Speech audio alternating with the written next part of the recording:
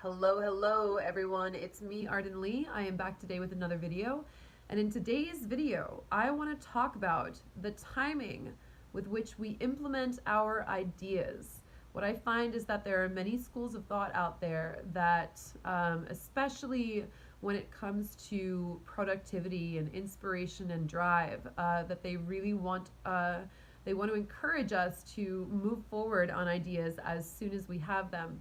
And I want to talk about where that is useful, and I want to talk about where it can actually be even more useful, in my experience, to have a softer and more intuitive approach to let our ideas germinate until they're ready to just flow from us. So in many ways, this video is going to be a bit about harnessing the flow state and understanding that and getting to the point where we know we are ready to move forward on something because it has gestated within our minds. So we'll talk a little bit about that today.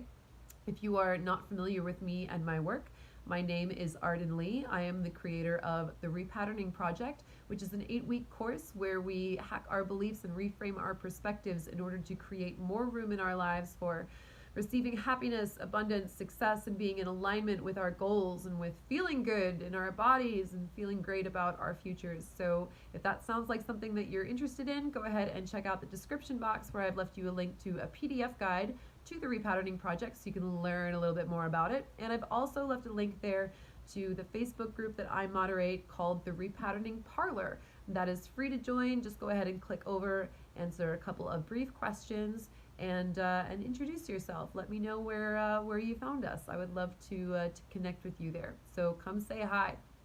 All right, so let's talk about the implementation of our ideas and the flow state that we want to start being aware of and to work in cooperation with, which is so often not quite in line with what a lot of sort of productivity hacks would tell you. So here's something that I believe, especially when it comes to creativity. If it comes to your everyday work that you're already kind of in flow with, or already feels like you're capable of implementing. So let's say, like, for example, I'll use myself as an example because I know me best of all. So as myself, I would say, doing the regular sort of work around creating content for my channel here, doing, writing blogs and Facebook posts and moderating my Facebook group, etc., etc. All of that falls under what I would consider at this point to be normal productivity and a regular sort of workday for me. My workday consists of primarily, making videos, coming up with content, teaching live classes in some of the Facebook groups that I moderate, continuing to post content to my Facebook profile as well as the groups that I moderate, and of course working with my private clients one-on-one for whenever we have appointments scheduled. So that kind of work is something that is I would classify all that as being under normal productivity, right? And if I'm feeling resistance to something like that, then I want to really examine that resistance, because that's something I should be able to do on a normal workday without a lot of obstacles getting in the way, ideally. Now, I may have had to work up to that a bit in creating and building out my businesses, because I may have that may not have been immediately intuitive for me. The idea when I first started really committing to my videos, the idea of doing 10 videos a week was just like, whoa, that's a lot, right? And it took me a little bit of time and momentum to kind of build up to that, to where that felt like it was in flow as a habit, right? Apparently habits take about 21 days to really cement for ourselves. Nowadays, I look at my week and I'm like, all right, which days do I want to sit down and make my videos on, and what's a realistic, how many videos do I realistically think I can get it done on this day versus this day, and whatever. And usually what happens is I try to make as many as I can in one sitting while I'm still feeling inspired. And then when I hit that point where I'm like, usually it's around like, 5 or 6 or 7. When I hit like 5 or 6 or 7 videos, I'm like, you know what, let me finish the rest of them later on in the week, or what have you. So All of that is kind of a normal flow. What I'm talking about in this video specifically is when you have a new idea for something creative that you are birthing into life. So for me, this would fall under songwriting. You know, I also I have a band. We're called Arden and the Wolves. If you're not already familiar with our music and you're into kind of dark wave indie rock, nothing too heavy. Not, you know, nothing like for those of you who are not as familiar with genres. It's not like, you know, screamy rock or metal or anything like that. We're kind of like, we're a little bit like if Pat Benatar got signed by the label that Paramore and Panic at the Disco are on, which is Fueled by Ramen. That's kind of how we like to define our sound. So check that out if you haven't done so already. So for me, with songwriting, this is where it's an idea where something germinates, something is gestating within me, something wants to be born, but it's not a part of my normal workflow, at least for me anyway. So that's Virgil. It's my assistant, my cat. Um, so if it's not, you know, a normal part of my workday productivity, then if I try to apply that same mentality of like, let me sit down and let me just, you know, get this done because this is a part of my workday, what I'm going to end up doing is I'm going to end up using too much force on the idea, quite frankly. You know, if it's something that is if it is something that is really a creative work that wants to be birthed from that place of inspiration, then it actually serves me far better to hold off on that and to really start to just bring attention and bring focus around it, but sort of this soft focus of having it sort of in the background, knowing that I'm working on it, but waiting for the next thing to sort of clarify and solidify for me. When I had the idea to make my first ever music video, I made a music video for my cover of Poison Heart by the Ramones. And I had this idea. I was like, what would I want to do for a music video? Like, what could I possibly create? And I started thinking, and I was like, ooh, what if I made a music video that, especially since it's to the song Poison Heart, which I chose as I chose it specifically to address the sort of nihilism that can come out of a world that is skewed by so much trauma, right? The chorus is, I just want to walk right out of this world because everybody has a poison heart. And when I started thinking about it, I was like, I want to make a music video to this song that will also educate people on trauma responses, because how cool is that? How cool would that be if I could somehow create a music video that would also educate people and is not just about, you know, how I look or sound as a band, but is also, you know, also has a really strong message to it. And when I had that idea, I didn't know at first what it was going to look like. I didn't know it wouldn't have been a good time for me to just dive into creating it, because I actually needed that same spark of inspiration to fill out the rest of the idea that was behind it. I needed to start having more and more of those moments of inspiration to sort of fill out, like, you know, all the details, like, oh, what if I did this, what if I did that? And I ended up going with you know taking that idea and also marrying that with what I had accessible to myself at the time as resources. And I ended up going around and asking a bunch of my friends who were also familiar with trauma, my friends and my followers online, if they would be interested in submitting footage of what they felt trauma, their experience of their trauma response felt like to them, whether that was a literal depiction or, you know, a depiction with a lot of artistic license. And I got this really terrific footage from several people who were super into participating in the video, and I was super grateful for it. It just looked so terrific, and I was really excited about putting all of that together. But for me to try to apply that same productivity workplace mentality to the gestation of an idea like that before it was ready would have resulted in something that didn't carry that same heart and spark of inspiration as it did, since I waited for that to come to me in order to fill out more and more of the details. When I talk about songwriting a lot, I often say that songwriting is, for me, writing a melody and a lyric is like staring at a block of marble hoping that everything that is not the statue will fall away if I just think hard enough about it.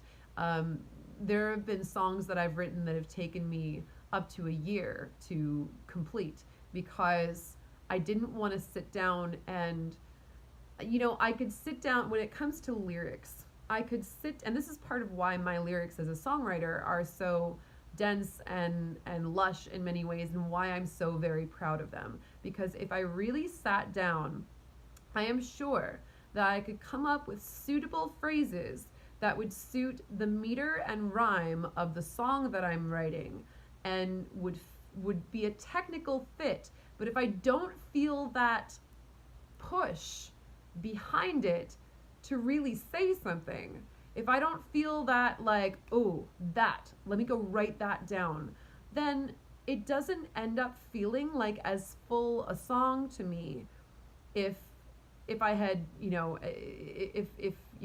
if I do it that other way. I've like lost my train of thought there for a second. If I try to apply that same, like if I sit down and I just try to like do it the same way that I would try to tackle other things in my regular workday, like writing up copy for an event, or I don't know, coming up with topics for my videos. That's something that I can do pretty easily without needing a lot of I know where to look for inspiration in that regard. I know if I have an event, I know that I have to just figure out what the mission of that event is and figure out how to put it into words that people are going to understand, right? That's something I should be able to do during my normal workday. Same thing with making videos. I should be able to log on, look for what people are searching for, look for topics that are related to the things that I love to teach about, and I should be able to identify, anywhere from 5 to 10 of them and say, oh wow, yeah, I could absolutely give a really cool talk about this topic, or here's something that came up today that I wanted to talk about anyway, I'll put this into a video. I should be able to do that during the normal course of my workday. But if I'm trying to treat a big idea, especially a creative idea, with the same attitude that I give to the rest of my work, then it's not going to be born from that place of uniqueness and creativity and inspiration and heart. So oftentimes when I'm writing a song, I'll have pages filled with, just notes or scratch outs or whatever, or that eventually will sort of form themselves into a structure of, verse, chorus, maybe it's verse, pre-chorus, chorus, verse, pre-chorus, chorus, bridge, chorus. Maybe I love to throw another third verse in there in most of my songs because I love saying things. I hate having to whittle down my words. And I think that's what it really is, especially about songwriting for me, is that I have so little space to say the thing that I want to say, that each part of it becomes important, that each single line is filled with that same inspiration that I felt when I first got the idea to write the song in the first place. So I would really encourage you, when you're leaning into your creativity, don't feel like you have to do everything right away. When I'm writing a book too, oh my gosh, you guys, when I'm writing something, whether it's a book or a play or whatever, it always feels like or a screenplay, which I've got one of those under my belt too, because I live in LA and who doesn't? But having that, whenever I write something that is that long, it's inevitable. It's like the first, half of it will take me 6 months to a year sometimes, and then that next quarter of it will take me like maybe a couple months, and then that last quarter of it sometimes can take me like 24 hours. I can just be like, oh, it's all ready to fall out now. And the reason for that is that there's resistance in the beginning, because I may not have let the idea germinate quite enough. There's nothing wrong with sitting down and clearing space to work on something, and quite frankly, that is oftentimes when a lot of our inspiration starts to flow. But I know for me, I've set an intention to write a book that will be sort of the companion guide to everything I learned in my own healing journey that I've turned into the repatterning project. And I'll put a lot of that information in there. And I'm starting to think a lot about that. I'm starting to compile pieces of writing that I've already written up on my blog or my Facebook or other parts of my social media. and I'm starting to put that all together, at least in my mind, and say like, all right, these are the kind of the points that I want to hit. But what I really want to be able to do, instead of trying to force something like that, I really want to get to the point where when I sit down at the computer, it just kind of spills out because it's been germinating within me for such a long time that I'm just ready. I'm just ready to birth it. It's just like it's all in my head, and I have it like all the corners of it, like pressed outward. Like I have all of everything filled in to where I need it to be, to where I don't feel like I'm starting with some piece of scratch, and that I'm just gonna sort of like fill in fluff where it's going around. I want to make sure that in my mind everything is kind of like, I have this map of it where it's just like it's just ready to be born. So I think this is a method that is probably not taught in a lot of kinds of productivity mindsets, and I think this is probably not something that people normally don't tell you, like, don't wait on your ideas. People normally say, like, go for it right away. But I want to emphasize the fact that sometimes if we really let our ideas like live within our bodies, it's almost the same thing as a pregnancy. It's going to grow in that womb of ours, no matter whether we're a woman or a man, that energetic womb space that we have where we give birth to things, even if it's our minds. And it's going to grow, and it's going to flesh out to the point where when we are ready for it, it's just going to be this really easy birthing process. And we're just going to be like, I already know what this is. It's been in me for so long that now it's just ready to come out. And it's just a matter of, me kind of Sherpa-ing it into the world, just me kind of like doula-ing this idea into fruition. So I encourage you, especially when it comes to something creative, please don't use this mindset as a reason to give into resistance around your kind of regular everyday productivity. And do realize that sometimes getting into that flow state does mean sitting down and writing those first couple sentences and just getting them out of the way, and then stuff starts flowing. So that's also true.